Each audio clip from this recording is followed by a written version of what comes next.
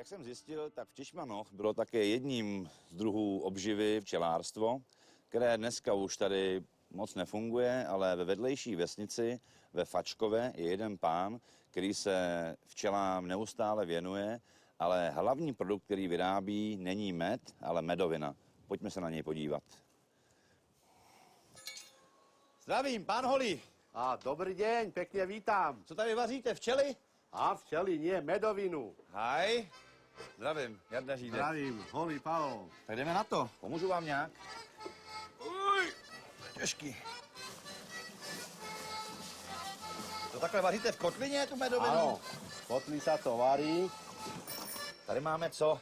Tam máme pripravený med. To tam nalejeme taky, hej? Áno. Já tam šoupnu. Ukažte. Aj, už to je těžký. Madičky. To normálně uvaříte jakože med s vodou, hej?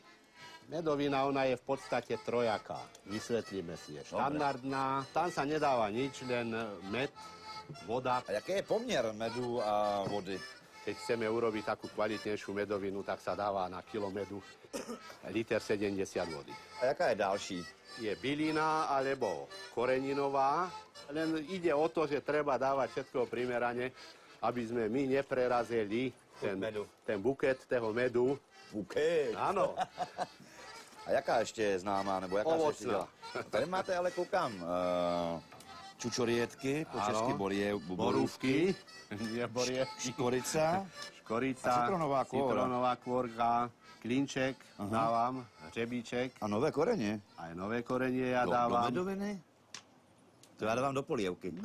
No, ale a ešte dávame aj trošku propolisu. Takže to máme, to tam vlastně přidáme, tohleto všecko? Nie. To si dáme do takého pekného pláteného vrecka. Tak to, tuto mi pomôžte s tým.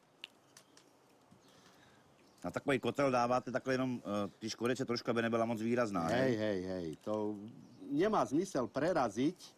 A teraz jak to dlouho budeme vařit? Zhruba sa to varí 1,5 hodiny. A potom co děláte s tou medovinou? Naliejeme tam pripravený zákvas. No a necháme to kvasiť. Sa to zhruba kvasí 3 mesiace. Potom to normálne stočíme a necháme vyzrieť na zhruba tých 6 mesiacov. Vám trvá vyrobení té medoviny skoro rok? Áno, 9 mesiacov. Vraví sa, že ako bábo.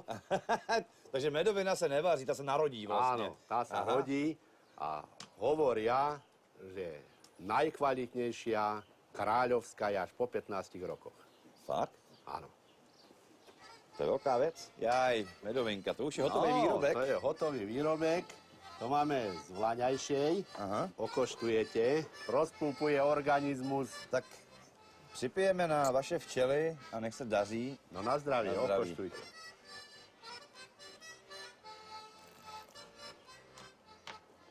Dobrý. No, ja vám donesiem ešte pohár medu, tuto, z tejto našej prírody.